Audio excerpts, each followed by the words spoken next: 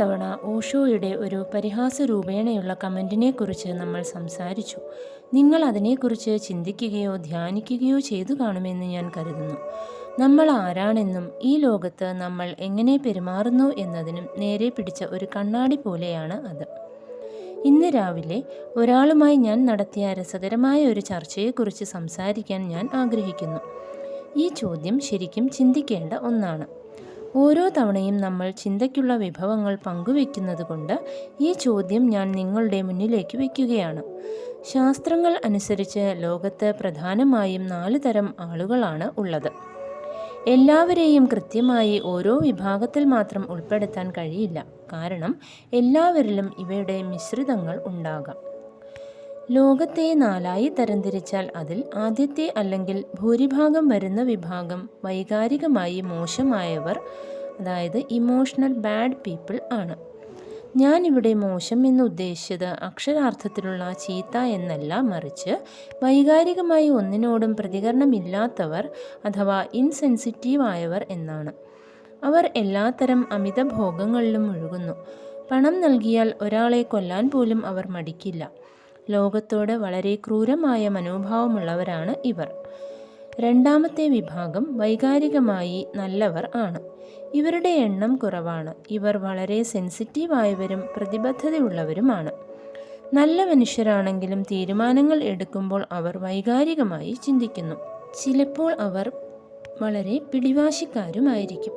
മറ്റു 2 വിഭാഗങ്ങൾ ബുദ്ധിശക്തിയുമായി ബന്ധപ്പെട്ടവരാണ്. ഒന്ന് ബൗദ്ധികമായി മോശമായവർ. ഇവിടെയും മോശം എന്നത് സ്വാർത്ഥതയെയാണ് സൂചിപ്പിക്കുന്നത്. ഇവരെ ബൗദ്ധിക സ്വാർത്ഥർ എന്ന് വിളിക്കാം. വ്യാവസായിക പ്രമുഖർ, ബിസിനസ്സുകാർ, രാഷ്ട്രീയക്കാർ എന്നിവരിലൊക്കെ ഇത്തരക്കാരെ കാണാം. വളരെ ബുദ്ധിമാന്മാരാണെങ്കിലും അവരുടെ താല്പര്യം സ്വന്തം നേട്ടങ്ങളിൽ മാത്രമായിരിക്കും. 4ാമത്തെ വിഭാഗം വളരെ കുറഞ്ഞ ആളുകൾ മാത്രമുള്ള ഒന്നാണ്. ബൗദ്ധികമായി സ്വാർത്ഥതയില്ലാത്തവർ. ഇവർ നല്ലവരാണ്. ലോകത്തിൻ്റെയോ രാഷ്ട്രത്തിൻ്റെയോ നന്മ മാത്രമാണ് ഇവരുടെ ലക്ഷ്യം. ലോകത്തിനു വേണ്ടി ജീവിക്കുന്നവർ. ലോകത്തെ സഹായിക്കാനും സുഖപ്പെടുത്താനും വേണ്ടി മാത്രം പ്രവർത്തിക്കുന്നവർ. ഇതാണ് 4 പ്രധാന വിഭാഗങ്ങൾ. ഇന്ന് ഞാൻ സംസാരിച്ച വ്യക്തി എന്നോട് ചോദിച്ചു, ബൗദ്ധിക സ്വാർത്ഥരും ബൗദ്ധികമായി സ്വാർത്ഥതയില്ലാത്തവരും തമ്മിൽ എന്തെങ്കിലും സാമ്യമുണ്ടോ എന്ന്. ഞാൻ പറഞ്ഞു, അതെ, അവർ ഒരേ നാണയത്തിൻ്റെ 2 വശങ്ങൾ പോലെയാണ്. അദ്ദേഹം ഒരു സൈക്കോളജിസ്റ്റാണ്. ജയിലുകളിൽ തടവുകാർക്ക് മോട്ടിവേഷൻ നൽകുന്ന പ്രവർത്തനങ്ങളിൽ അദ്ദേഹം ഏർപ്പെട്ടിട്ടുണ്ട്. പല തടവുകാരിലും ഒരു പരിധിവരെ സന്യാസ തുല്യമായ ഗുണങ്ങൾ ഉണ്ടെന്ന് അദ്ദേഹം പറഞ്ഞു. ശരിയായ രീതിയിൽ നയിച്ചാൽ അവർക്ക് വലിയ സന്യാസിമാരാകാൻ കഴിയും. ഇത്തരക്കാരിൽ മിക്കവർക്കും മോശമായ ഒരു കുട്ടിക്കാലം ഉണ്ടായിട്ടുണ്ടാകും. അവർ പരിഗണിക്കപ്പെടുകയോ അംഗീകരിക്കപ്പെടുകയോ ചെയ്തിട്ടുണ്ടാകില്ല. പകരം കഠിനമായി വിമർശിക്കപ്പെട്ടവരായിരിക്കും. സ്വാർത്ഥതയ്ക്കും നിസ്വാർത്ഥതയ്ക്കും ഇടയിലുള്ള ആ നേർത്ത രേഖ എല്ലാവരിലും ഉണ്ട്.